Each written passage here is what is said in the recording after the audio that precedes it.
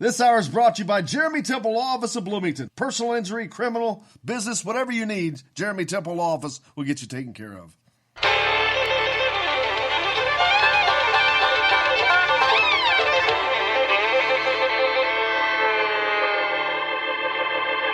Well, we're coming to your city.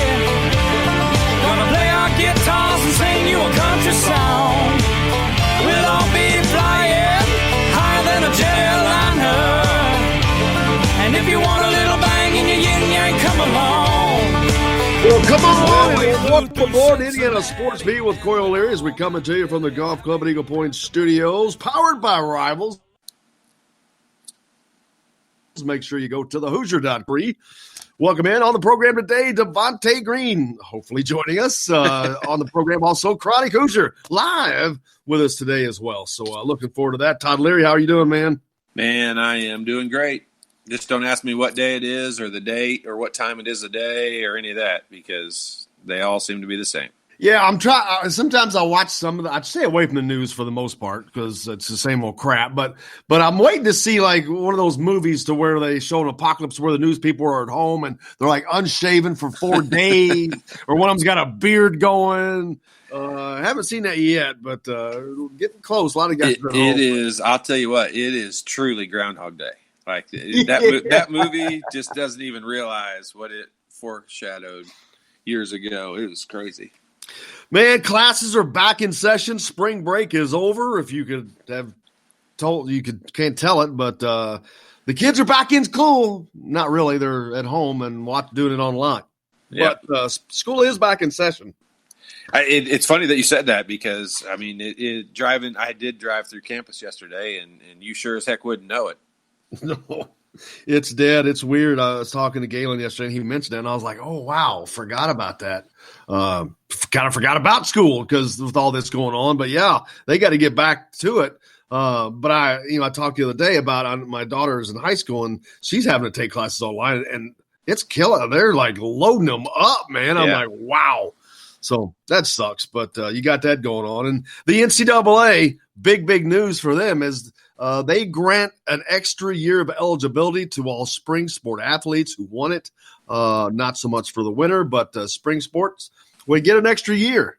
Toddler, I think it's something that they had to do. Yeah, it is. And you know, I guess the majority of people it's probably going to affect people who were not going to go professional in whatever sport they were doing is really what it comes down to. And people who had already redshirted, it probably affects them because it gives them that opportunity. But, use Indiana's 2 seniors as an example. I mean, I know the question was asked to both of those 2 guys if they were granted another year, would they come back? And the answer is no. And we'll ask them again today. Well, Devontae will be on with us to talk about it. Yeah, and I mean, I hope that doesn't come across negatively or reflect negatively from Indiana fans' perspective on those guys or anything, because it's just, I mean, think about having a mindset of, moving on in your life and, you've been there for a certain number of years and all these things, and especially those 2 seniors. I mean, if it was those 2 guys are not from the state of Indiana, I do think that has a little bit of an effect on the decision. So, I mean, it's interesting. Well, I don't know that we'll know how much it really affects us. Honestly, baseball players are probably going to be the biggest difference, but those guys seem to go pro earlier than the average sport athlete anyway, if they're good enough to do it. So, I don't know. It's just baseball, ironically, the only spring sport that has a roster limit. So their other sports won't be affected as far as having freshmen come in and extra seniors, having basically a 5th class of athletes. But baseball does have a roster limit, but it's just going to be extended one season to allow this one-time bump to come in. Do they have a roster limit or a roster limit? Yeah, baseball's the only one. Or a 35. Scholarship limit. It's a roster limit, I believe. It is. 30. It is. Okay. They called it a roster limit. That's a good point. But they called it a roster limit, which is 35. And I assume it's just a roster limit, period. Because I know baseball is one of the sports that gives like the half scholarships. Yes. So, I mean, I don't know if that – and I just don't know how that would be affected. I mean, it's it's hard to even think with all the different layers of this thing, and who it affects all the way trickle down effect. It's hard to analyze, what kind of impact this is going to have on so many of the different sports. I hate to be any kind of a downer, but speaking of Lawrence North, they've asked that you keep the family and friends of Coach Jim DeSalle in your thoughts and prayers. He was the latest victim of COVID-19. He was very loyal to Lawrence North for many years, and the Wildcat basketball family is mourning his loss. Are you familiar with that person? I am not. I saw a lot of people post stuff about it yesterday, so I just became familiar with him yesterday. It's just sad. I mean, of course, it's always sad, but anytime it touches closer to home, it's definitely sadder for you. But the Lawrence North family, of course, Todd is a alumnus there from many years ago, like me. Many years ago. It's been a minute. That's for sure. Yeah, I wonder how many people. I know that there's some that I do because some of the guys I went to high school are one's the athletic director, one's the principal. But other than that, I wonder how many people I would actually know in my high school now. I mean, I know there's still some, which is probably ironic since it's been 1,000 years. But right, what was interesting is my counselor in high school was my mom's counselor in high school.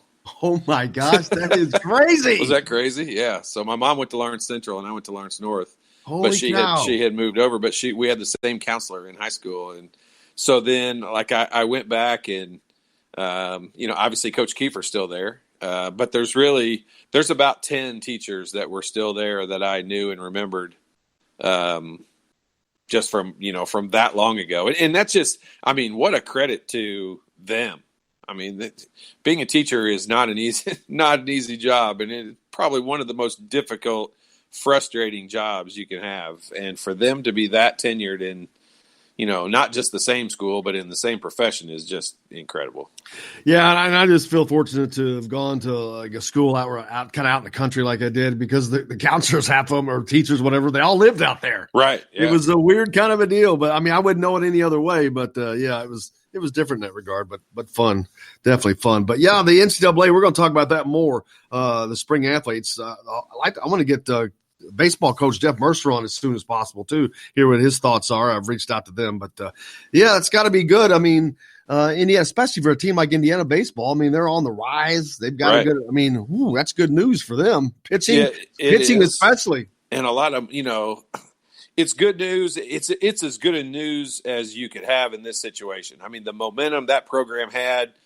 Our interview with Coach Mercer that we had on here, I mean, that guy was just pure class, and you can tell why the program was on the uptick's not even the right word. I mean, they were trending really, really high, and it's just it's unfortunate in a million different regards. I mean, we're sitting here talking about people passing away, and then now we're talking about how it affects the baseball program, but obviously not in the same ballpark, but. From that perspective, I mean, that program really had a lot of things to look forward to this year. And it's just another tragedy of the whole virus.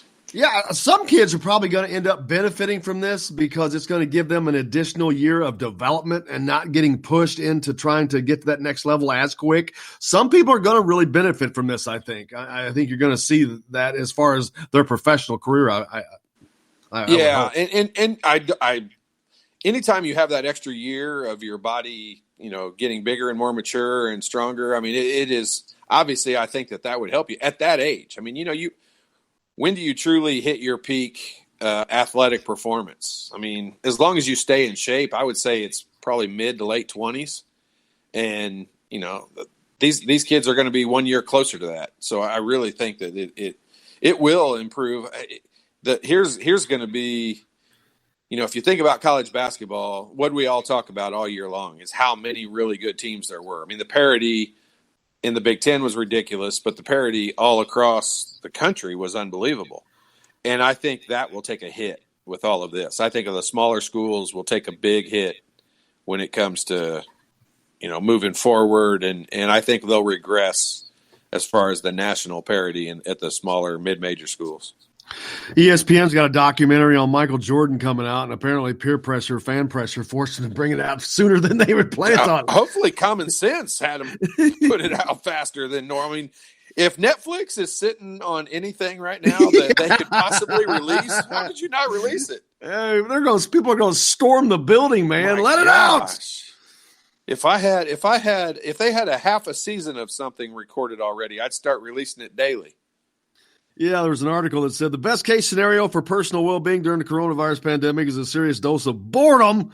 Well, I got all that in spades. Yeah. So yeah, hopefully this is when's it going to come out now? Moved up in April. When was it going to come out? Who knows?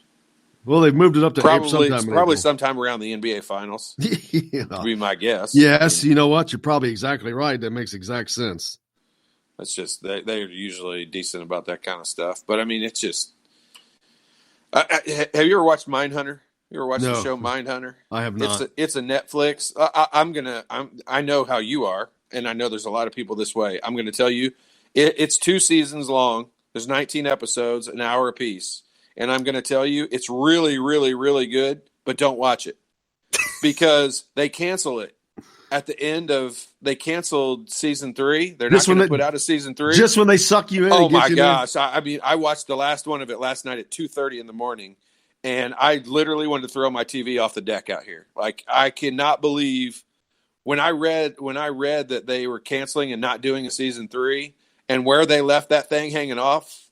I mean, if you watch Big Bang Theory at all, Sheldon Cooper would be going crazy right now because they just left so many open-ended storylines. I just want to scream. It's insane. NBC did the same thing to me a couple years ago with Aquarius. It was a new show with David Duchovny. It was kind of set back in the Charlie Manson times in LA. Yeah. It was cool. It was 2 seasons, and apparently some family member from the Folgers complained to NBC, and they nixed it. No way.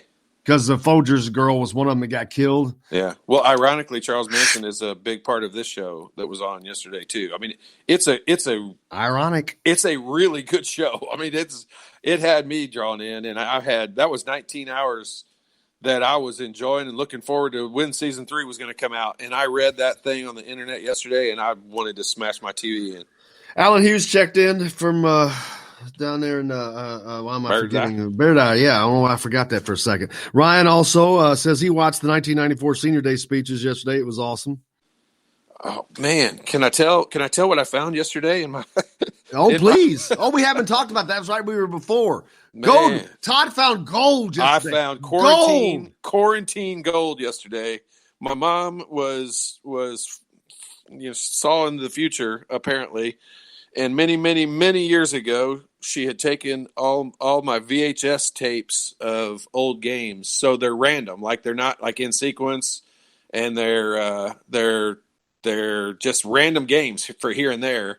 And I found an entire shoebox. She had taken the VHS tapes and transferred them over to DVDs for all my old games. And so I literally sat in front of the TV and couldn't stop watching yesterday.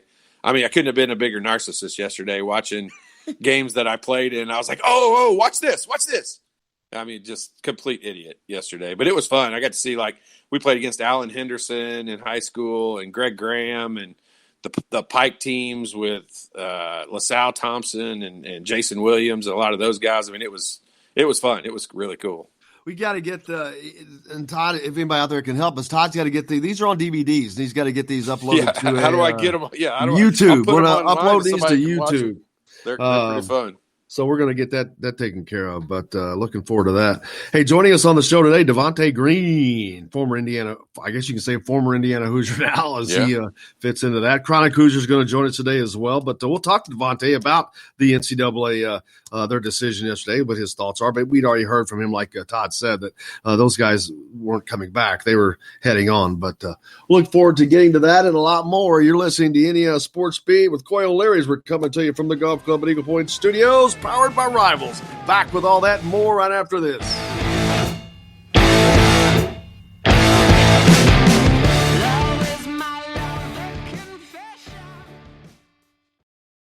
Hello, everybody. Jim Coyle from Indiana Sports Beat. When I'm not covering the Hoosiers, you can find me at Bubba's 33 in Clarksville, Located on the northeast corner of I-65 at Veterans Parkway, Bubba's 33 has hand-tossed pizzas, bold burgers, and ice-cold beer from a select list of local craft brewers. An incredible food selection, all made fresh daily. Whether you're meeting the team for that post-win meal in the family dining area or meeting friends for happy hour to watch the game on one of Bubba's 50 TVs, Bubba's 33 in Clarksville. Pizza, burgers, beer. We all want a winning smile for those championship photos, and that's exactly what you will get at Reynolds Family Dentistry in Sellersburg. Reynolds Family Dentistry has been serving the dental needs of Hoosier families for over 30 years. Let Doctors Roger and Jay Reynolds take care of your family. Just off of I-65 at 809 South Indiana Avenue in Sellersburg. Call 812-246-3368. That's Reynolds Family Dentistry, 812-246-3368. I'm Ryan Shaddy, and I'm a Hoosier. As a toddler, you could always find me running around in a cream and crimson onesie and a red IU hat reminiscent of those worn during the world-famous William Tell timeout, shouting, "Go Hoosiers!" Like many other alum, I chose to make Bloomington my home. As a civic and alumni leader, I have become very knowledgeable about our community and would love to share my insights with you as your realtor. Find me on Facebook or call or text me, Ryan Shaddy, with FC Tucker Bloomington Realtors at 765-623-9093. Now that warm weather has arrived, it's time to hit the links, and there's no better place than the Golf Club at Eagle Point in Bloomington. Voted best golf course by the readers of the Bloomington Herald-Times, the Golf Club at Eagle Point is under new ownership, has new fairways and bunkers, and it's open to the public. When the round's over, there's cold beer and a full menu at the Eagle Point Pub and Bistro. Call 812-824-1100 to make a tee time. That's 812-824-1100. The Golf Club at Eagle Point in Bloomington. This is Jim Coyle from Indiana Sports Beat with Coyle and Leary. Indiana Sports Beat is now a part of the Rivals Network. You can go to thehoosier.com to sign up. It's free. Catch the show there each day live or at your convenience. You can also like or follow us on Facebook, follow the show's rebroadcast anywhere you podcast. If we're not on a radio station where you live, we should be. Let your local station know they need to carry Indiana Sports Beat with Coyle and Leary, or simply go to thehoosier.com. Some of the best sounds you'll ever hear are generic, safe, effective, even money-saving, just like FDA-approved generic drugs. Even if they don't come in the exact same color or shape as their brand name equivalents, they have the same key ingredients and go through a rigorous review process. Talk to your doctor or pharmacist today and visit fda.gov/generic drugs. Generics are safe, effective, and can save you money. You'll like the sound of that. You're on the line with Jamal Meeks, former Indiana Hoosier, number 23, 1992. And I'm on the beat with Jim Coyle. Today's guest is brought to you by Reynolds Family Dentistry of Sellersburg. You need $1 million smile for those championship photos, and that's exactly what you'll get with Reynolds Family Dentistry.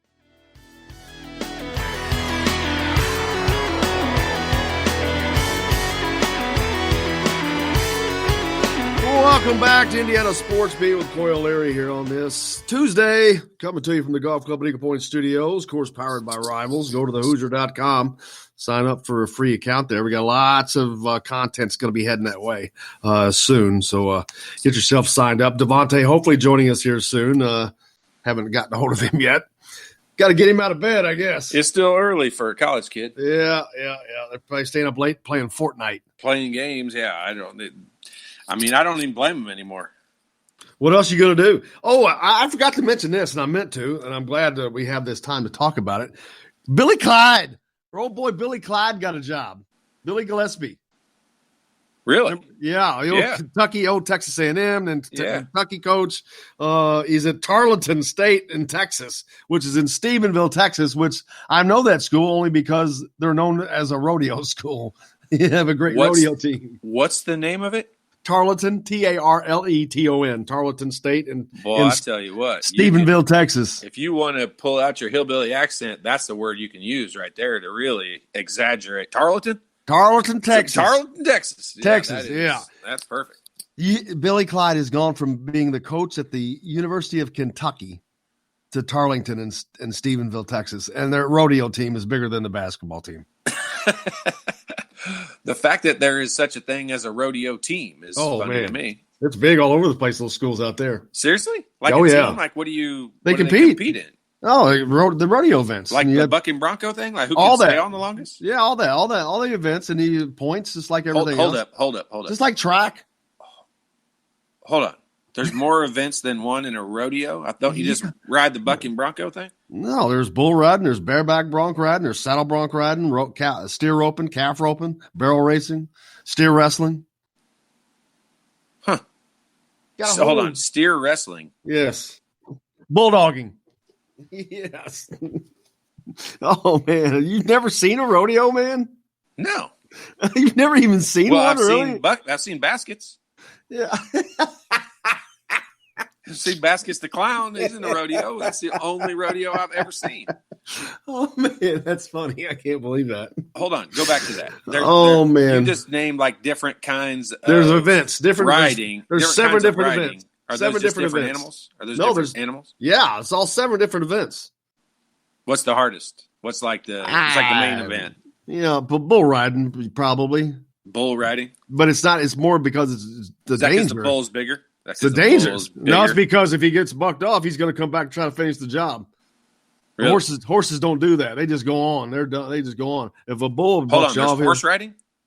bareback bronc riding, saddle bronc riding. Okay. I got you. Yeah, all kinds of different. You events. have way too much knowledge about this. Why do you know so much about this? Well, because I competed in it for 30 years. What? Yeah. Now, I made fun of you for being a hillbilly just in kind of general because you're from the Knobs, but now I can really pile onto this. Yes. I've roped steers for a long time. That sounds like it has a hidden meaning. No. So let's not say that again somehow. That sounds Man, code for something. I would know exactly. I would fit right in down there in Tarleton, Texas, so I'd be Tarleton. fine. Where are Actually, you from, Tarleton? I know people that went to that school, man. That's what's funny. Where is it? In Tarleton? Is that a place? Stephenville, Texas, which Like, is where kind is that? of dead, On a clock. almost On a clock for Texas. kind Where of is like dead center, man. It's like right Really? in the heart of Texas. it? Really? Kind of south of Fort Worth, I think. Just kind of due south. I think it's. Huh. I'd look at a map again, but yeah. No luck on Devontae there, Jake. Just not answer the phone. I should shame him, man. I should text Duran and say, "Hey, call your boy Devontae. No, don't do that. Don't Get do him that. up." It's a privilege to be on the show. We know that. So he's passing on that privilege. That's just too bad. Going to have to pull up somebody else here in a second. But getting back to that NCAA thing, that's going to change some things for a lot of schools. Some schools that may not have been as good are going to have a better team because of what we talked about, having some certain guys that develop. You get that late bloomer who wouldn't have done much this year, but all of a sudden next year he turns into a superstar. Those things change a lot of teams' fortunes. You talking about baseball? Yeah. In the spring sports? Yeah, I completely agree. I mean, it's going to, okay, so what other spring sports are there? Baseball, softball, track and field. Yeah. Soccer's are both fall, right? Yes.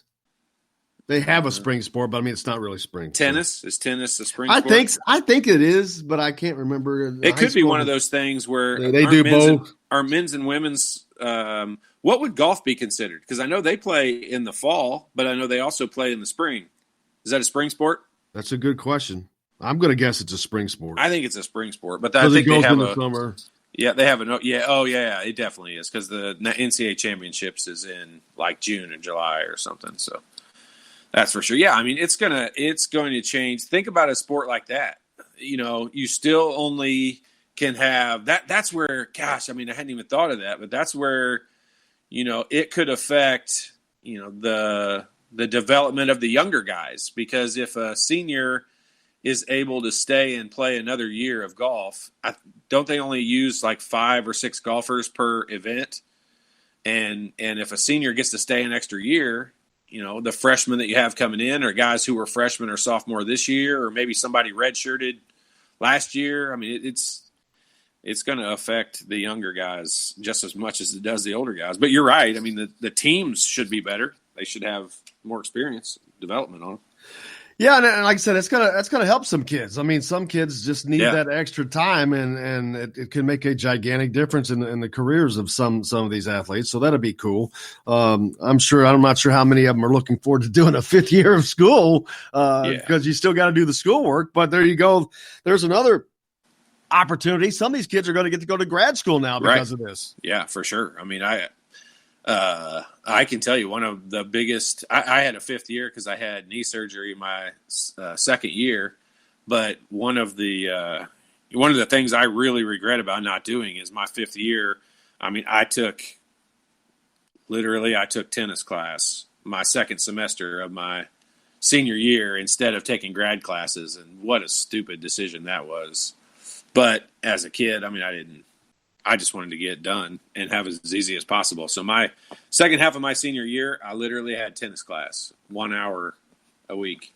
It was pretty crazy. Yeah. It's a pretty easy semester. I was not one of those kids that would have said, hey, what a great opportunity this is to better my future. I wasn't. I look at those kids. I know there's no way I would have finished grad school.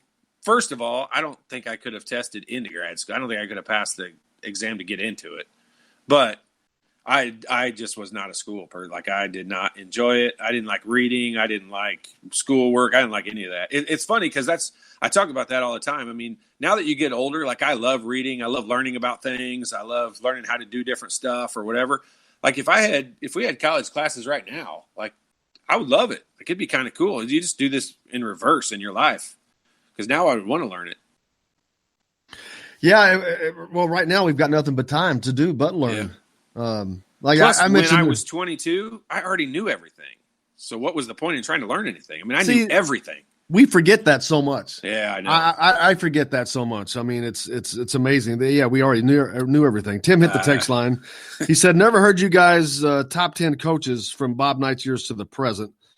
I'm still not really understanding that, Tim. Are you talking about that he coached against? Read it again. He just says, "I never heard your guys' top 10 coaches from the Bob Knight years to the present." Top 10 coaches. Probably in all of college basketball.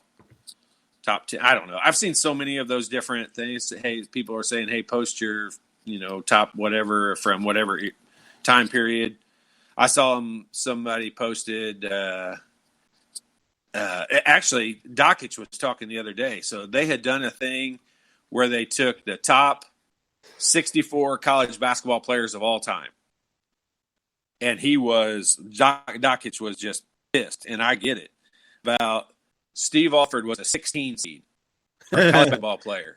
And I mean, that's ludicrous. Like, that's insane. See that, but that's where people do not do what you're supposed to do. They're not doing it as a college basketball player. Yeah. They're taking his failed pro career into it, and that has nothing to do with it, because as a college basketball player, he was I'm not going to say as good as Christian Laettner, but he was dominant in that 1 year as Christian Laettner was, as good as anybody. He shot 53% from the 3-point line. He was better than Christian Laettner, and I'm not saying that because I'm an IU fan. I mean, he was dominant. In my opinion, like, for what you look at what he was as a college basketball. I mean, the guy's my height and has less athletic ability than me. I mean, that's hard to beat. His shooting is just sick. I mean, you can look through. I was looking through the record book the other day, and his name is still all over it, of course. Now, granted, there are some records that are not going to change. The 3-point shooting is never going to change because the line's been moved back, and that percentage is never going to reach what it was back then. I mean, I can still knock down shots from behind the old 3-point line. And I think wasn't the 3-point line only in play for a part of his college career? One season. Yeah. His senior season. Yeah. But that's why he will have – was it him or Jay Edwards that had – I think he has the all-time single season. I think it's like 52 or 3%. But I think Jay Edwards got close to that his one season. But Jay Edwards was like 52 and 48% his 2 seasons. He averaged like 50% over his career. Yeah. I mean, that dude was insane. But, I mean, the whole – back to Alford, I mean – that kind of stuff. And I think the point in all this was you were saying somebody was asking what our top 10 coaches were. I mean, those things are kind of fun to look at and do. I just don't generally partake in them very much because you can sit there and debate back and forth. You know, like you could debate Alford versus Christian Laettner all day long. And because I'm from Indiana, I'm probably not a good judge of character when it comes to that because I'm always going to pick Alford. But Christian Laettner, I mean, there's some people, I think you come close to this category, that think he might be the best college basketball player of all time. And that's probably fairly accurate. I mean, it's hard to argue with that. Well, because you look at the success he had in college, back-to-back national championships, four Final Fours, 3 Final Fours? I don't know. But ridiculous number. That game against Kentucky where he went 10 for 10 from the field, 10 of 10 at the free throw line. He hits the winning shot. Right. I mean, like he was – well, they hated him. Yeah. They still do. The thing is, he should not have been in that game or in the game against Indiana because he stomped on Aminu Timberlake. Yeah. And it cost Indiana the championship. I'm never – Kentucky losing that game, I think, cost Indiana winning the championship. But that would have been great to be able to play Kentucky, beat them in the Final Four. That would have been awesome. Yeah, it really would have been awesome. And there is no question we would have beaten them. We had already stomped them earlier in the year. And they were not very good. It was incredible. They had done such a turnaround during the season because they were not very good of a team, and to get where they got to anyway was pretty amazing. But yeah, we were begging for Kentucky to win because we just stomped them. But and to think about that time, I mean, we all look back and all that stuff, but man, there were some great teams in college basketball then. I mean, not that they're not now. We have a lot of parity, but there were some great teams then. A lot of great teams. Some of the DVDs I found were from my freshman year. And like, I'm interested to see like Michigan's team and Illinois' team. I mean, I remember Illinois' team had Kendall Gill, and I want to say Stephen Bardo was on that team too. Like it's insane. Some of the players that were on some of these teams. Like I'm pretty excited to get into watching some of these today. That's how big a nerd I am. Well, the fact that the greatest thing about it, there's a lot of it that you've forgotten because it's been so long and you haven't seen it. So like you mentioned the Pike game, you're like, I didn't remember that quite. So it's not as fun when you're watching something when you know the ending.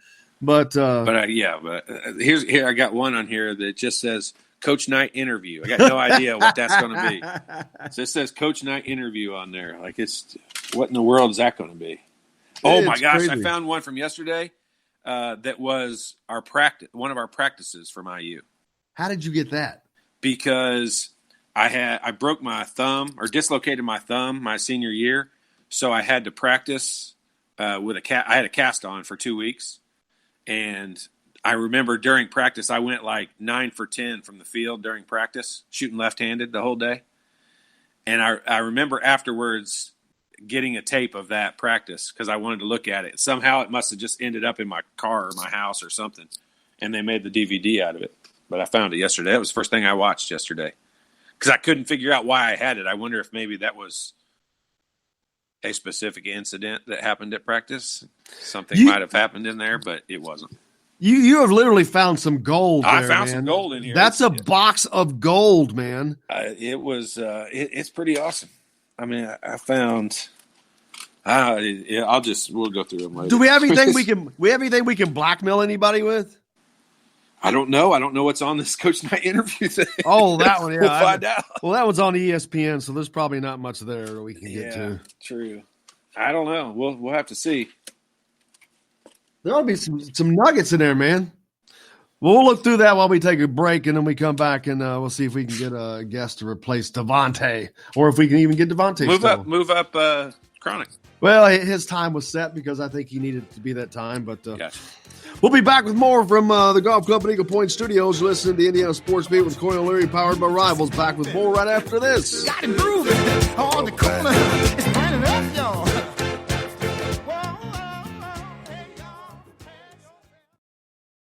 Hello, everybody. Jim Coyle from Indiana Sports Beat. When I'm not covering the Hoosiers, you can find me at Bubba's 33 in Clarksville, located on the northeast corner of I-65 at Veterans Parkway. Bubba's 33 has hand-tossed pizzas, bold burgers, and ice-cold beer from a select list of local craft brewers. An incredible food selection, all made fresh daily. Whether you're meeting the team for that post-win meal in the family dining area or meeting friends for happy hour to watch the game on one of Bubba's 50 TVs. Bubba's 33 in Clarksville. Pizza, burgers, beer. We all want a winning smile for those championship photos, and that's exactly what you will get at Reynolds Family Dentistry in Sellersburg. Reynolds Family Dentistry has been serving the dental needs of Hoosier families for over 30 years. Let Doctors Roger and Jay Reynolds take care of your family. Just off of I-65 at 809 South Indiana Avenue in Sellersburg. Call 812-246-3368. That's Reynolds Family Dentistry, 812-246-3368. I'm Rain Shaddy, and I'm a Hoosier.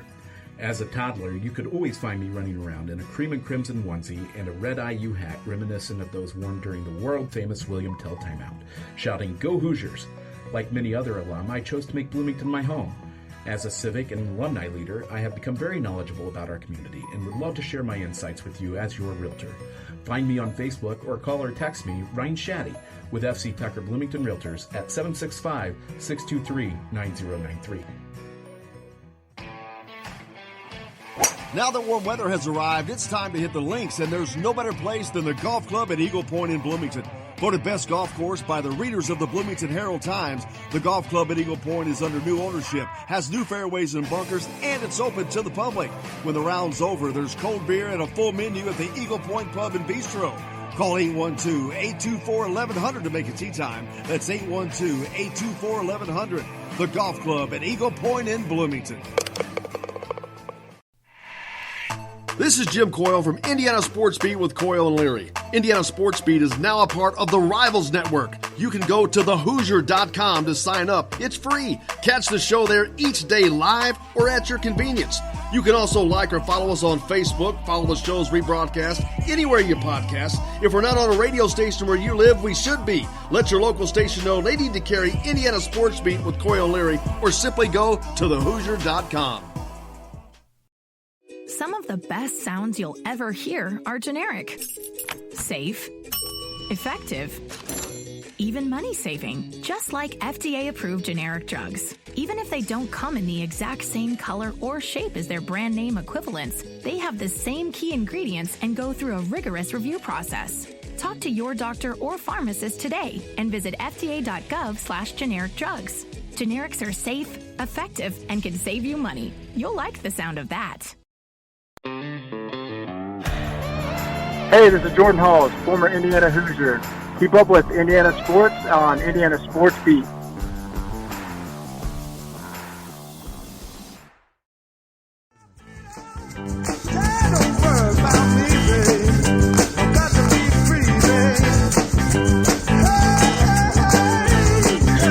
Welcome back to Indiana Sports Beat. Coyle Leary coming to you from the Golf Club at Eagle Point Studios, powered by Rivals. Make sure you go to thehoosier.com, sign up. It's free. Got lots of content that's going to be, but we are a part of the Rivals Network now. Fortunate, pleasure to be there. Appreciate those guys, the largest online sports network in the world. Grateful to be a part of that. Devontae stood us up, man. Yeah. That's twice. I mean, I'm sure he, you said school jumped back in session yesterday. I'm sure he's busy working on finishing his schoolwork. Yeah, his thesis. Just consider it his last turnover. Yeah.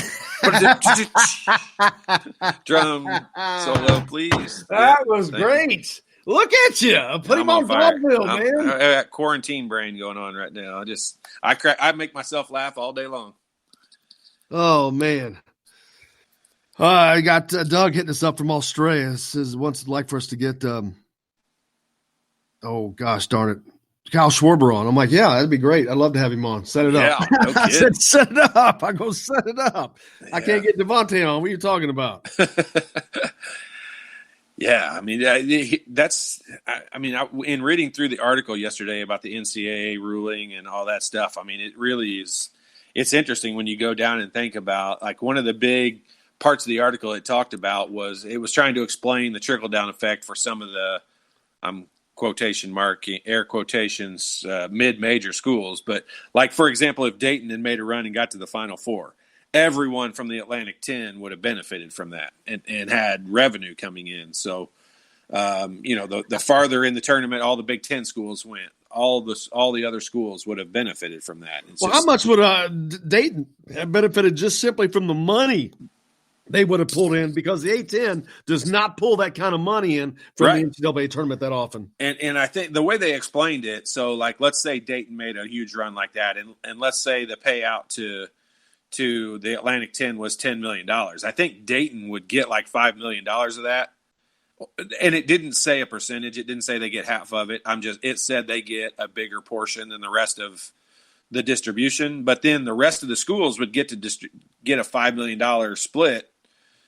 Split $5 million between all the rest of them, which, I mean, that's a big deal when you're talking about that's not money you can count on, and it's like a bonus. It's just like bonus money, and not only are they not going to get that, I mean, I think the payout, what I say, was $281 million of what was originally set to be $600 million from the NCAA. I mean, that's money they were counting on, and it just is crazy. Ryan from Whitmore, Lake, Michigan says, that's awesome, Todd. His pops went to Ben Davis. He has old school games on videotape that they still had back in the day as well. Probably not as interesting as Todd's, I bet. I don't know. I mean, Ben Davis was, that was a tough What they had game. back in there? What were they like back in that day? Henry Williams. Remember Henry Williams? Oh, yeah, Big Henry. Yeah, he was legit. He always wore those wristbands. He looked like Michael Jordan. Called him Baby Jordan in Indianapolis. I like the headbands, man. I like the guys who wore the headbands and glasses. Man, I just like I have too small of a head. Like hats don't look good on me, and headbands don't look good on me. Like I just don't have any athletic look. Man, headbands don't look good on anybody. Yeah, I look good on Cassius Winston. He doesn't look right without a headband. When they interviewed him, he didn't have a headband on. I was like, who is this nutball? IU football still doing some recruiting. I noticed they offered Zen Mikowski from Floyd Central. How about that? Let me guess, lineman. Yeah, well, yes, he is. But this dude is legit. He's 6'6", he's a junior in high school. 6'6", 270, runs a 4.9 40. Jeez. Laser timed. That's crazy. 6'6", 270. I ran a 4.7. I was 6'1", normal. 6'1", 135. Yeah. I mean, I was 6'2", 155 when I was graduated. 165 when I graduated. But, After my freshman year of college, I was 160. but yeah, dude, that's flying.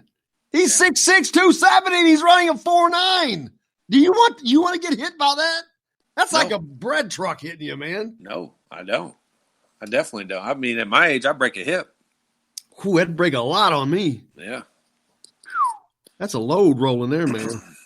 But, I mean, I just as a trivia, I mean, you could have said, what position does he play coming from Floyd Knobs? And I was just for sure going to say, not a skilled position. Like the running back they have that went for 2,000 yards last year. How many yards did he have against Birdseye or Turleton? We don't play those schools. Oh. Played New Albany and Jeffersonville. And I love how you always name the two big schools that you play. Bloomington and Bedford. And Providence and Mitchell and Orleans. They don't play Mitchell. They do play Providence, though. But that's an old rival, and it is funny. That used to, back in the day, there was only 3 classes. When I was in school, there was only 3 classes. We were 3A, and Providence was 2A, and so they were only 1 class below us. But now they're still 2A, and Floyd's 4. It's a much pronounced difference. Right. But man, back in the day, it was a small Providence, a small private school, but it's like you see it all the time. Those private schools, they were pretty good in athletics. Yeah. No, I mean they.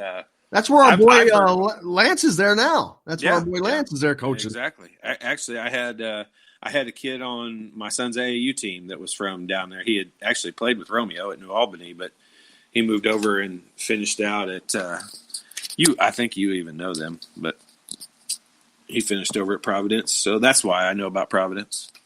And there's a lot of people from my area that went to Providence from the Floyd County area. So it was a lot of people that probably would have gone to Floyd Central went to Providence instead. The smart kids went to Providence. Yeah. Private school. That's just my guess. I don't know. Floyd's a pretty good school. Pretty good school. I wonder how Stelmer. I didn't see how they're. I think they won a sectional this year. Did they? They beat New Albany this year for the first time in a long time, right? That's a huge deal because we're talking about the difference in gigantic size. I mean, especially with New Albany, how much they've dominated basketball in the last few years. Yep. I got a little Pat Graham update yesterday. He said he was feeling pretty good. He's walking every day, outside walking. He's home, obviously. So feeling a little bit better. Still good, gets man. winded easily. Yep. Pat had a little heart tremor a few weeks ago. Spent a few days in the hospital. He's all getting him all buffed up and shined up now, and still on his way. He gets back to eating wings and fishing soon, I'm sure. He'll be 25 again as soon as he gets done with all these surgeries. He ain't gonna look it. No, he's looked 75 since he was 20.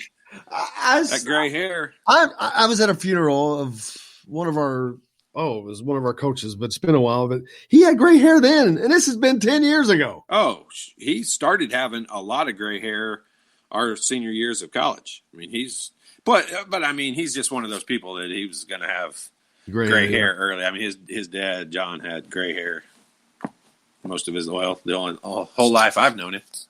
Of course, having Pat Graham for a son could probably give you a lot of gray hair. No, man. What are you talking about? Trester Award winner, Mr. Basketball, McDonald's All-American.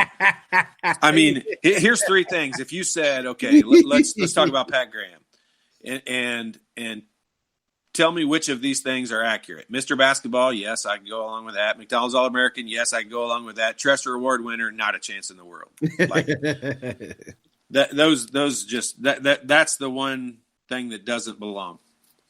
I love him to death, you know that, but that dude did not have the best attitude in the state of Indiana, and I sure as hell didn't. Maybe that's the attitude you want to have. Well, maybe the very first game I watched yesterday, I got a technical foul, and the Pike the Cathedral game. I watched it yesterday in high school, talking trash. Yeah.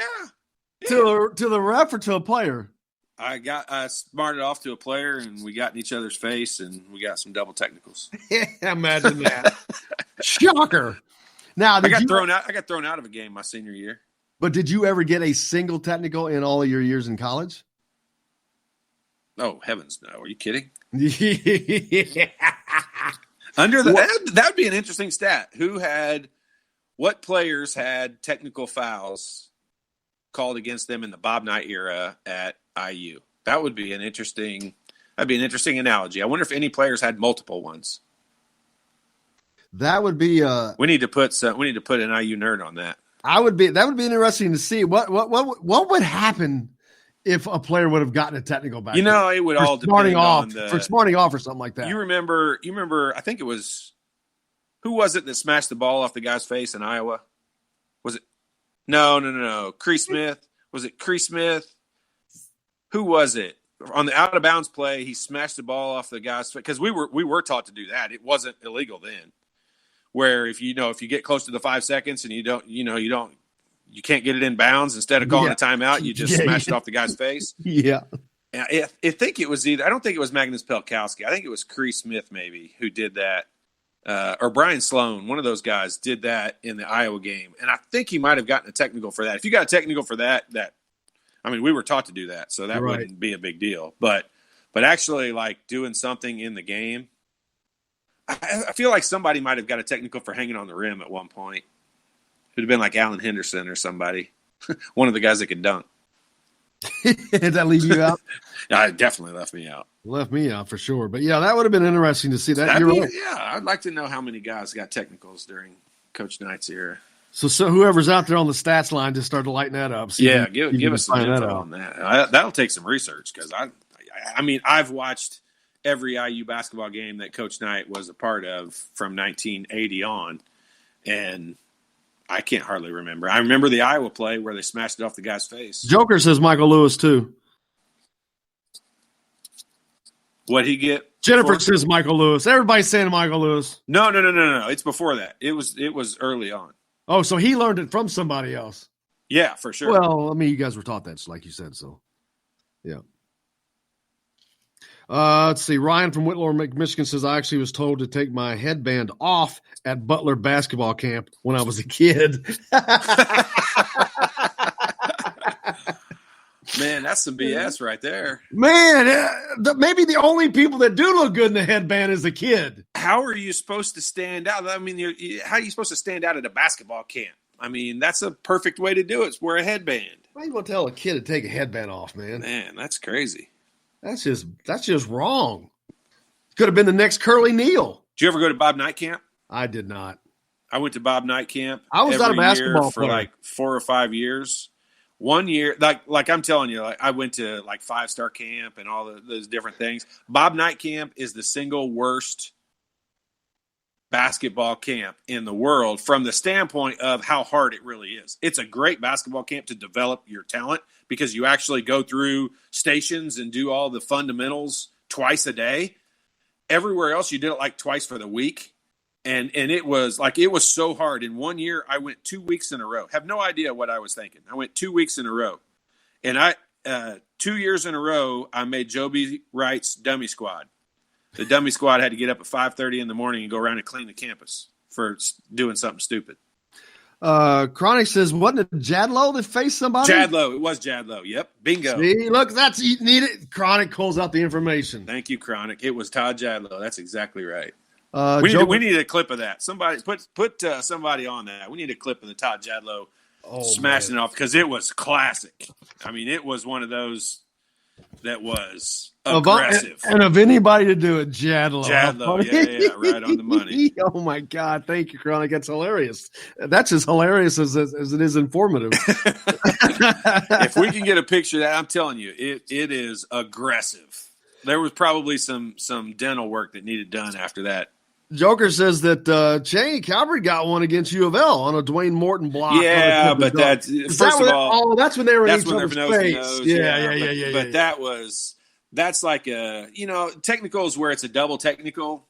It's a wash. It's a wash. And first of all, it's Calvert. Yeah, I was going to say. That's the next thing I was going to say. Ain't nobody saying anything to Calvert for that anyway. I will almost guarantee you that was never even spoken of. Had that been Jadlow, however. Oh, if that had been anybody, if that had been any of the rest of us, that would have been totally different. It's so out of character for Calvert. I think Coach was happy to see the fire in Calvert, like he ain't backing down from anybody. And so there's no way that was ever even brought up. James Blackman Jr. tried to convince his manager to leave a key outside the team facility so he could sneak in and work out, but his GM said stay home. Got to give him credit, man. He's trying to get some shots up. Man, you remember being a kid trying to find a gym and trying to find somewhere to play? Like, we did anything. We would sneak in windows. Like, we would do anything to sneak in the gym right now. Like, how many people remember sneaking into the gym and they had those? You had to have a key to go in there and like jiggle it in the little thing to get the lights to come on. You remember those? Because it wasn't like a switch you could flip. You had to like stick your key in and play with it and try to trigger it somehow so it got the lights to come on or get the baskets to come down. Yeah, we had all the tricks. We used to always go to Georgetown gym. Georgetown was an old high school that's now an elementary school, but it's just like the gym looks like from the movie Hoosiers. I mean, literally looks just like it from the paneled tongue and groove paneling on the side with about 1 foot of room between the sideline and the wall. I went to a game at Knightstown there a couple of years ago. Actually, I went and watched Trey Galloway play when he was a freshman or sophomore when they played in the Hoosiers gym. And I could not believe they were playing games in there. Like, that is so dangerous and crazy. Dude, that was my pick. That was where I first started playing indoor pickup, was in Georgetown gym. Just like that. You know, with the stage at the end, the whole deal. You got no room. But it was just fun. I mean, It was just perfect. I mean, golly, what a great little elementary school gym. The thing probably holds 2,000 people. I was I got really lucky my junior and senior years of high school. I found a key to the school. Just found it somehow. I didn't even remember how I found it. Just somehow imagine that. So I could get in whenever I wanted to. It was pretty awesome. If you did that nowadays, oh my God, there'd be a SWAT. You would get, that's exactly right. There'd be a SWAT situation. There'd be a standoff. You'd have the Tiger dude on you. Especially if it was me. Tiger King. Tiger King would be on you. Yeah, I would be. I'd be up there trending. It's the Tiger King. Well, the Tiger King's 15 minutes are waning, I think. Well, he's trended at the right time. I mean, everybody in the world is watching that thing right now. That's the only reason everybody did watch it, because that thing actually sucked, if you want to be honest about it. Well, the first few episodes were cool, then you're like, but, oh, you just can't turn away. It's like a car wreck. Here's the thing. We could say it was really dumb and stupid, but we watched every bit of it. If it was made up, if it was a movie, if it was just a fictitious scenario, but the fact that it's real, you're just like, come on, man, you can't make that kind of crap up. We're going to come up with one, call it Hoosier King. Come up with a new show, new format, something. I don't know. Yeah, what we're going to have Steve Alford's haircut instead of the blonde mullet? Please let me have the part down the middle and my feathered haircut as opposed to the blonde mullet. That is perfect. Oh, man, that is great. You're listening to Indiana Sports Beat with Coyle O'Leary. We're coming to you from the Golf Club at Eagle Point Studios, powered by Rivals. Coming up next, the classic Chronic Hoosier is going to join us. Stay tuned. We're back with more right after this. She's my sweet little baby. I'm a little lover boy.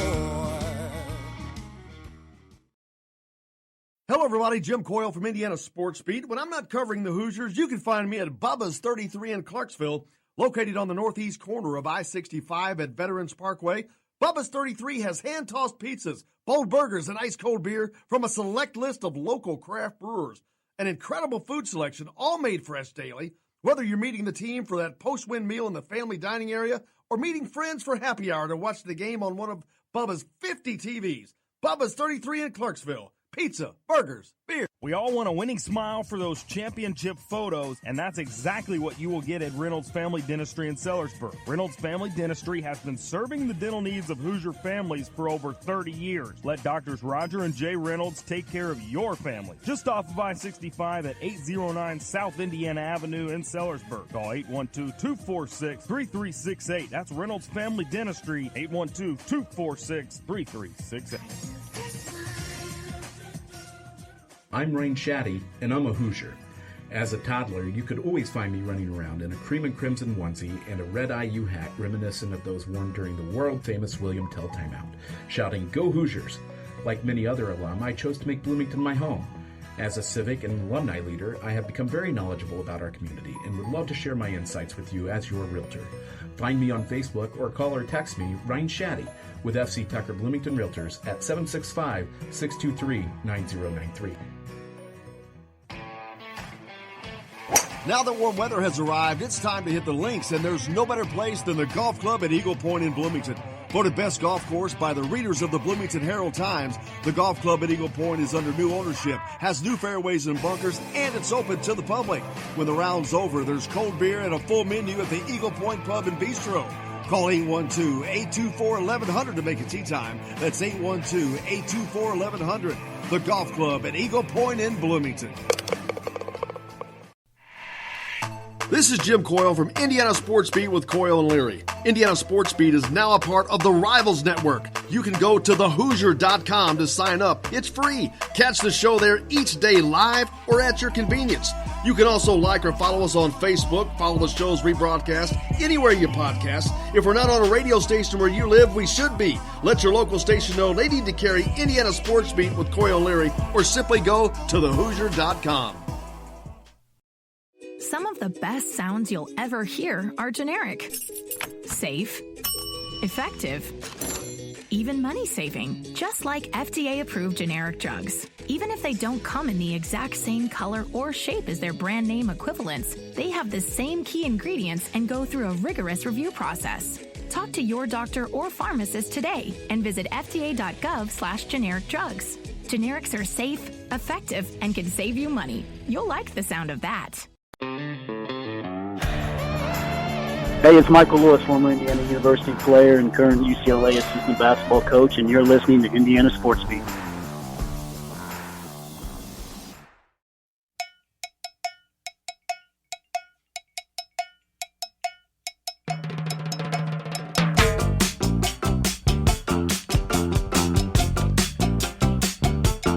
Indiana Sports Beat with Coyle Leary here on this Tuesday from the Golf Club at Eagle Point Studios, powered by Rivals, joined now by one of our absolute favorites, Chronic Hoosier. Chronic, how are you, man? Hey, I'm glad to be here. Good to be here live for a change. We finally had a schedule that synced up that allowed it, just like old times. Yeah, you get to talk to Todd. I always miss Chronic. I love having him live. It's good to be back. Yeah, his work schedule changed a while back, so we have to record his interviews. But I love having him on live, and especially now, man. We got to find some stuff to do. And I was telling you off air that yesterday, Todd, we were talking about it earlier. Todd found an entire box full of DVDs and nothing but his game films from high school through his IU career. It's funny you said that. I was, as we were sitting here this weekend, reminiscing about the state tournament and the cancellation and everything. And I still go back that era there at the end of the 80s. Talking about Pat probably played the greatest high school game I've ever seen at Seymour's Regional, Pat's senior year, Damon's junior year. Just the absolute best atmosphere. The game was ridiculously competitive. If memory serves, that was the year, Todd, you guys won the title at Lawrence North. Put up some monster numbers too, if I recall correctly.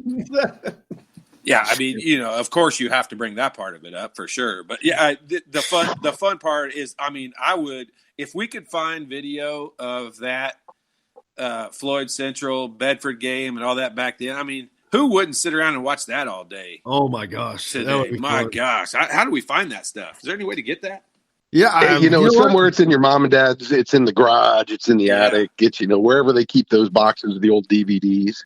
I'm sorry, the old VHS tapes. VHS tapes. Yeah, my mom somehow had the foresight a long time ago. She took all the DVDs and had them. At the time, this is how long ago it was. At the time, DVDs were the new thing, and so they had them all put from the VHS tapes onto DVDs. So I have all those things here, and now the times are. Yesterday, I had nothing to watch a DVD on. Like, I don't even have anything in my house you can watch a DVD on. I literally drove to Walmart because it's an essential item I had to have. And I drove to Walmart to find a DVD. And I was like, do you guys even sell DVD players? They're like, I don't even know if we have those anymore. And they took me to some section. There was two of them sitting there. There are two DVD players. That was it. I think I probably have it over. I'll give you. That's really the way it is anymore. I mean, I remember when you used to have to scramble to find a VHS player, or if my in-laws actually had one of those combo VHS DVD players. I think they gave it to us. I don't know where the hell it is anymore, but it's amazing how media becomes so upset. I remember when the laser discs were coming out, and they're the size of LPs, and everybody's all about them. And it's like, Dad, we getting a laser disc? We getting a laser disc? He's like, son.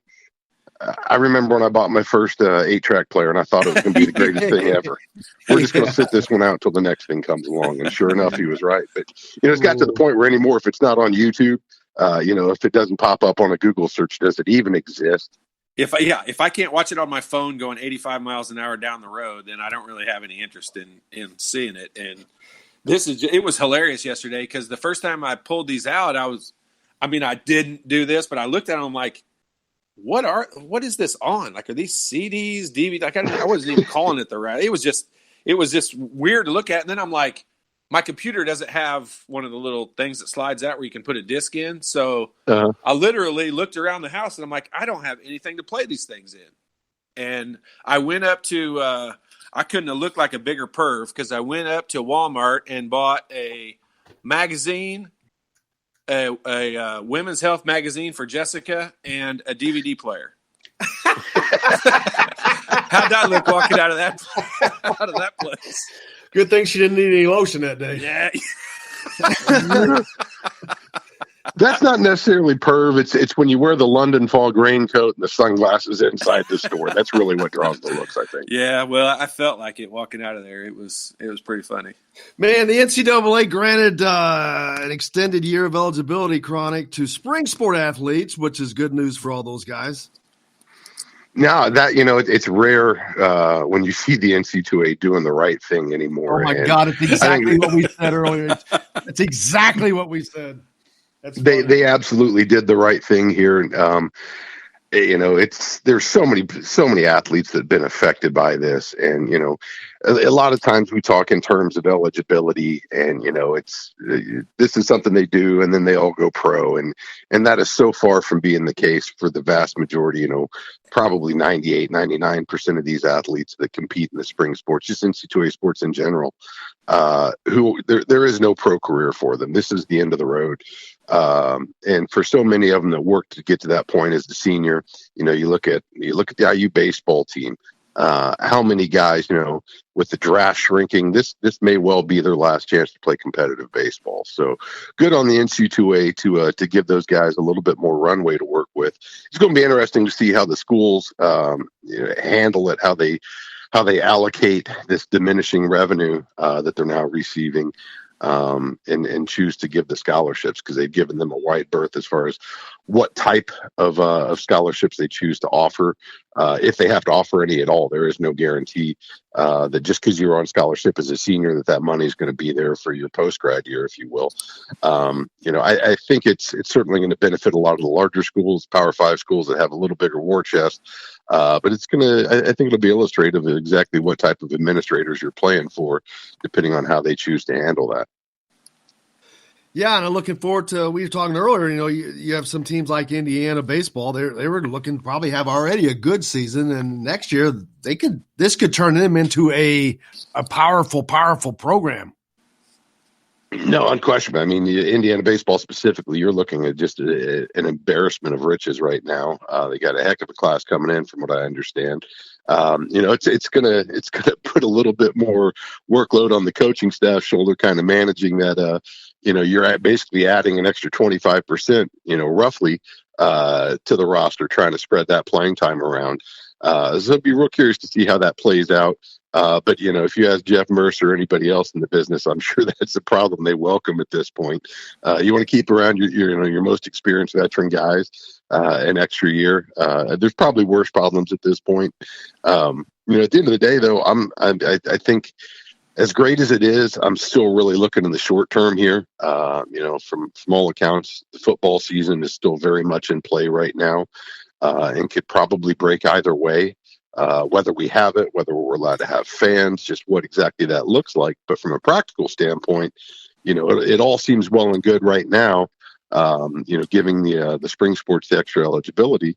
But where the rubber hits the road here, is there going to be money to pay for those scholarships? Because so much of the entire NC2A boat, at least at the school level, not necessarily at the national level, but at the school level, it requires that football revenue.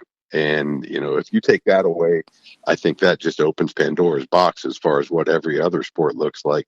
Been reading a lot here over the last couple of days, how you may well see a lot of administrators pushing to shrink the mandatory number of sports that each teams have to sponsor, just due to financial constraints now. And if football goes away or is any way impacted, significantly, I think that's a whole nother conversation now that opens up as far as what college sports even looks like going forward, at least in the short term, without that money to pay all the salaries and all the operations and everything involved with putting on, in IU's case, 24 different varsity teams. That's a whole lot of revenue going out, and it's going to be imperative that you got that football revenue coming in to keep it moving. Yeah, Todd hit that nail right on the head earlier, talking about how mid-level schools will possibly lose a number of sports because of this. Without this income coming in, the NCAA slashed their dividends. They were going to be like $600 million, ended up being like 200 and something million. So there's going to be a lot of people that are having to tighten their belt, and what sports are going to be affected and what athletes are going to be affected is yet to be seen from this. Yeah, and at the end of the day, more than anything, what television contracts are going to be affected? What we're seeing right now with that cut is the lack of the NC2A basketball tournament, which is what is the lion's share of NC2A revenues and their basically their profit sharing. I know they don't like to use those terms, but that's exactly what it is with all the member schools. And while that's certainly problematic enough on its own right now, and it certainly disproportionately is going to affect some of the smaller schools, when you look at the conference level, you take that football, the football contracts out of it for television, and everything just becomes chaos at that point. So there's hopefully there's a light at the end of the tunnel, but there is a whole lot of uncertainty between now and then as far as what, if at all, NC2A sports looks like in the coming months. Yeah, I think and you hit the nail on the head yourself as well, because so many schools rely on football. Football is their generator. Indiana is not the case. It's an unusual situation. I think eventually that'll turn around, but they're one of the schools that's not the case. But so many are, and as you've said, man, without that generator, what are they going to do? Well, and that's the thing, Indiana they are not completely dependent on gate receipts on ticket sales from football to float all the other teams. But what they very much are dependent upon is the television contract, the Big Ten revenue share. And football earns so much more than the basketball television contracts do, that it's imperative that they have some way to supplement that revenue. Now, keep in mind, this is the same issue that's hitting the journalism, particularly print media right now, is the television contracts are all well and good, but you got to have advertisers in order to buoy those revenue figures. And if the advertisers aren't spending, all of a sudden you have this cascading effect of cuts and slashes as the money just is no longer present there. So, I think it's safe to bet that if they can find a way to compete safely for the players, for the spectators, and I wonder how much spectators are even required for this point, because so much of the revenue is coming from the television. But without some way to safely host football games, either with fans or without, everything just falls into disarray financially from that point forward.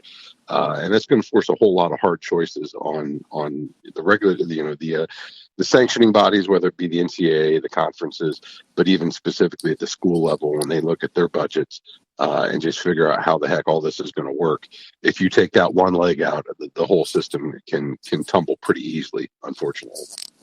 And I know there's a lot of talk about getting things back in order, because people need things to keep our minds occupied, because it's going to be so long, and this boredom is going to really become a problem. I mean, we kind of joke about it now, but I think eventually it could become a true problem, and that's one of the reasons why getting these things back out and going when it's healthy and available to is so important to all of our own psyches. No, there's very much the entertainment factor going on there. I think right now, and this is a date that I've been dreading now for about the last 3 weeks. I was just talking to my best friend, my former business partner. Rent's due tomorrow. Rent is due tomorrow, and it's a problem that we've looked at in the abstract for a minute. As all these orders came down and everybody's forced to quarantine, and as all the COVID measures were put into place, and it all seems so real. And the first thought I had is, okay, in the absence of these, of any plans, of any mandates coming down from on high, what are we doing come April 1st? How are folks supposed to pay rent if they can't work? You look at Bloomington, and it's so service industry driven. The hospitality sector is such a huge part of our local economy, along with the university. And credit to McRobbie for basically, locking in everybody's pay at least through the end of the fiscal year here. But just looking at the micro and what this town looks like when people aren't allowed to go out, when people aren't allowed to go to bars and restaurants and shops. In my friend's instance, he's trying to figure out, do I send the rent check tomorrow? Do I keep the landlord open at the expense of my family and my employees? And it puts a lot of stuff into perspective, because as much as we depend on sports for entertainment, sports is also something we do as a luxury, because all of our other needs are provided for. And it allows us the opportunity to focus on something that, at least from a fan perspective, doesn't really matter. And, sports is every bit as much of a business as anything else at this point. And in a town like Bloomington as well, we depend on that revenue. We depend on the softball tournaments. We depend on the basketball camps and the bike races and the marathons and everything that happens in this town that's sports related. It is one of the great sports cities in the country, in the Midwest. And, that's a revenue stream that's now been cut off.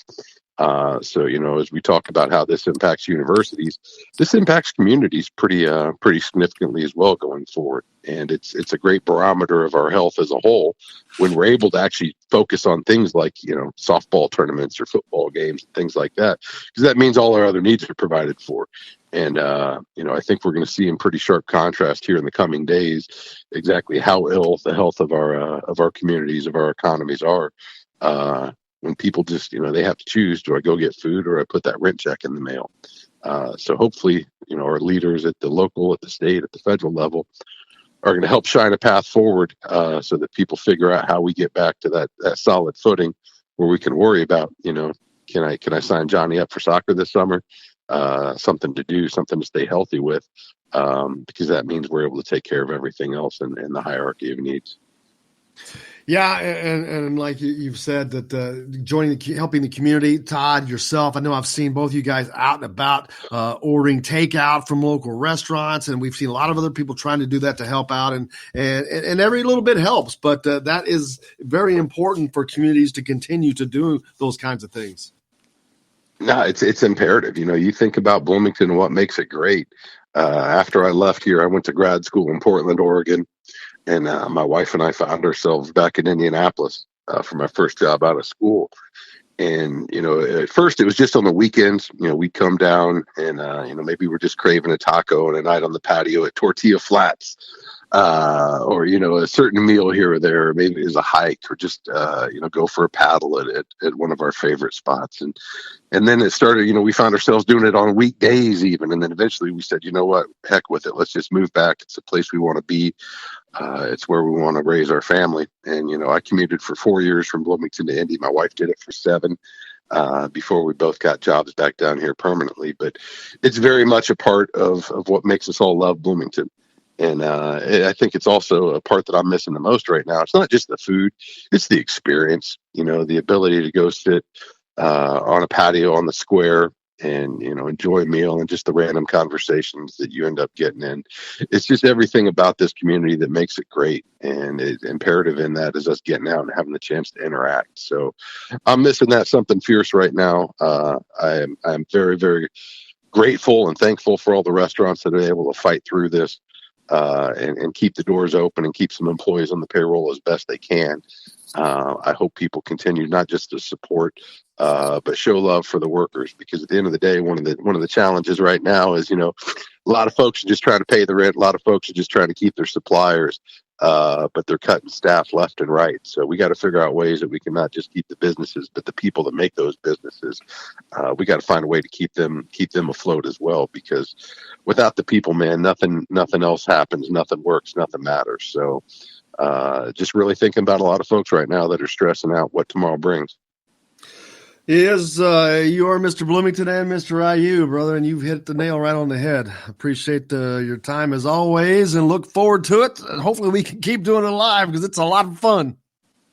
I'll tell you what, too, before I jump off, man, I got to circle back to the conversation you guys were having right before I jumped on, talking about Coach Knight's camps. I cannot endorse Todd Cinnamon enough there, man. I did it 1 year. I think I was a 4th grader.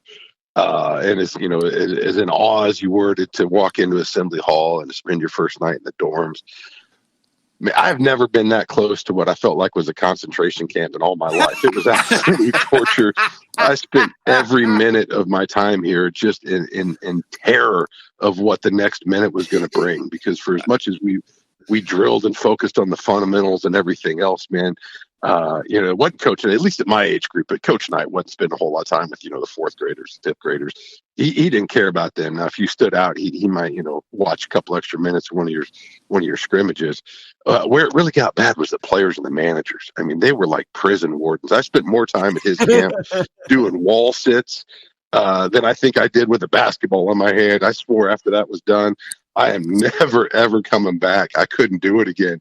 I felt like I'd been sent to solitary confinement when it was all said and done. I was good from that point on. John Collier, Hanover basketball camp, had everything I needed and then some. And that was my path forward from there on out. I swear it was the toughest basketball camp that I ever went to. And people are always like, oh, yeah, what'd Coach Knight do? I'm like, Coach Knight, we barely saw him. Like, he would come and talk to us, before the movie at night or whatever you did. But Joby Wright this dude was the meanest human being I've ever seen in my life. And then I came here as a freshman, and he was still an assistant coach here, and he's the biggest teddy bear, nicest guy you've ever seen. But at that camp, he was Charles Manson to me at that thing. He was the worst. See, that was the thing, is we only saw the coaches, they would you'd kind of muster for the morning rally, and everybody'd sit there and they'd hear the speech for the day, and you'd see them at night, and then they'd all come out, everybody was in the team gear for photo day. But at least for the young guys, we got left solely with a couple of the players, but mainly it was the managers driving that bus. And they were some of the most sadistic SOBs I'd ever known in all my life. I was so afraid of what it must have been like for the actual players on that team, because I just imagined 365 underneath that type of control and command. And it gave me a whole new respect for the guys that made it through the program, but it also gave me a whole new respect for some of the kinder, gentler coaches that were out and about in that era, some of the more new school guys, if you will. And you know what? You got the worst of the worst, because a lot of high school coaches from around the state and really around the country used to come in to work that camp. That's how big that camp was. It was like 600 kids a week that were at that thing. And so all these coaches would come in, and I swear every year I got the one guy that was auditioning to become an assistant coach for Bob Knight. Every year it seemed like I got that dude, because he would just try to kill us and scream and yell at us. And you had to be in a stance. You had to be in a stance walking back to the dorm.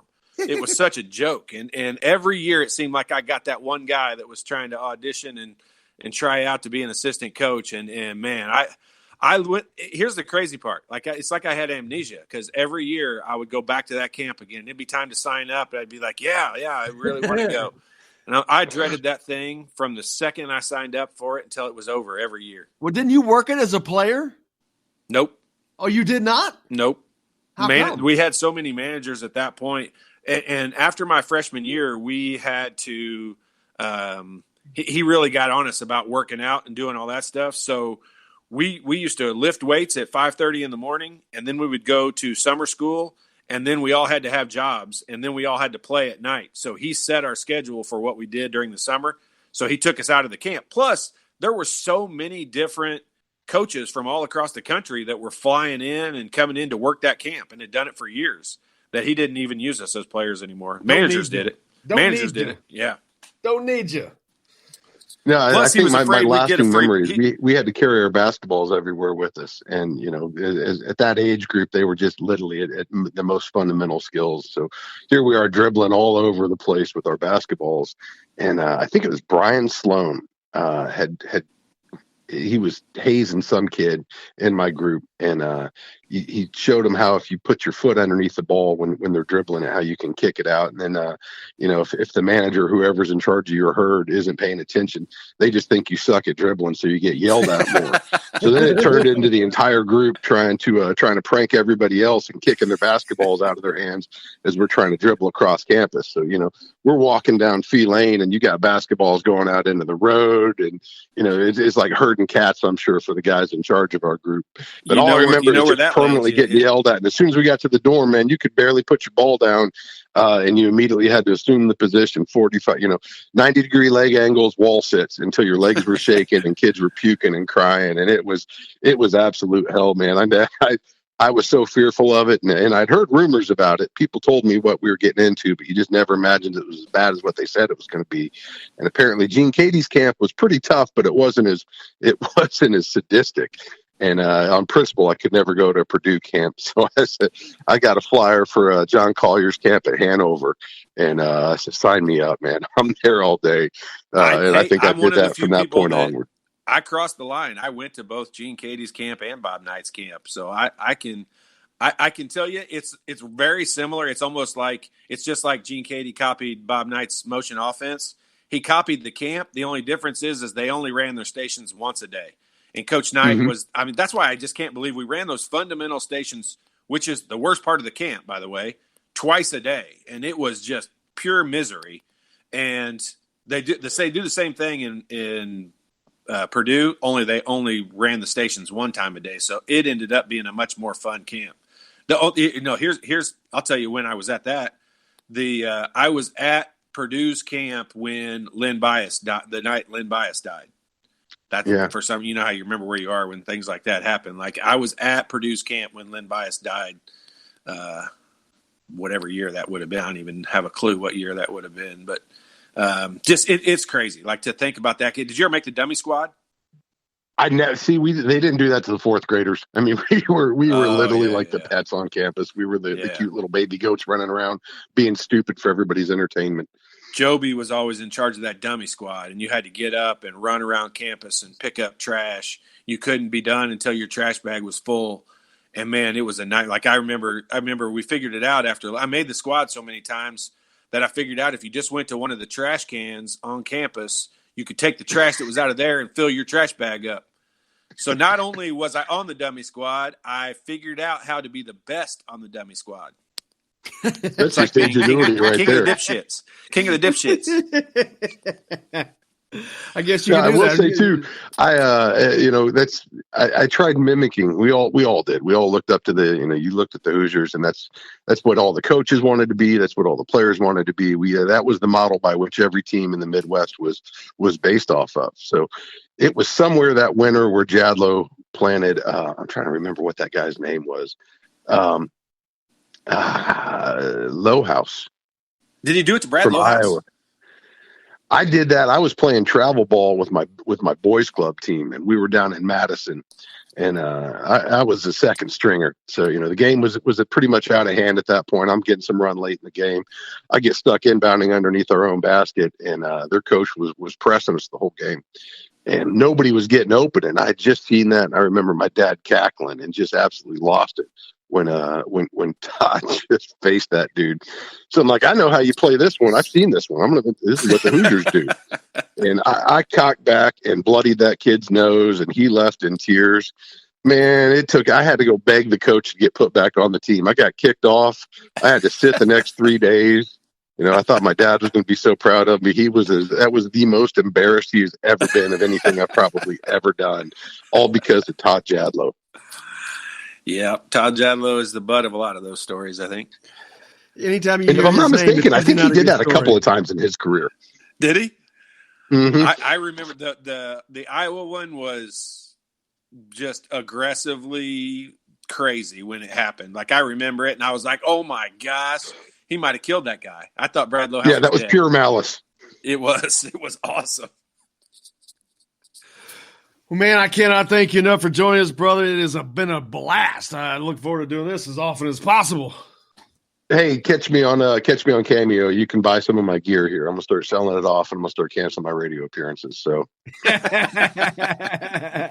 well, we were going to help promote Devontae's cameos today, but for the second time, he stood us up. So he gets. I guess we won't promote his cameo for him, but we'll promote yours instead. In all fairness, man, if you got me before noon when I was a college student, that was an early day for me. So, I guarantee I blame the hours, I guess. Yeah, I'm the same way. Chronic Hoosier, brother, appreciate you as always. Stay safe. Keep Bloomington classy. Hey, be well, guys. We'll catch you next week. Appreciate you. There's the great one, Chronic Hoosier, joining us here on the program from coming to you, of course, from the Golf Club at Eagle Point Studios. Coyle O'Leary coming to you, powered by Rivals. Make sure you go to thehoosier.com, sign up. It's free. Lots of great content coming that direction from us and many others. Man, pretty good show today. Still fun, even though Devontae stood us up. Had a blast. Chronic really helped save there at the end there for us. Considering we had no sports to talk about, and we got stood up. I mean, I would say we made do. Man, still had a pretty decent show, man. But most importantly, we appreciate everybody joining us. And Mo Creek, I reached out to Mo, and he just texted me he's available now. Yeah, we'll get him tomorrow. Yeah, I was going to say, how about tomorrow, brother? But, maybe talk to Mo Creek tomorrow. But appreciate everybody joining us here on the program. Thanks a lot, of course, to Todd and Jake, and I am Jim Coyle. I will see you on the radio.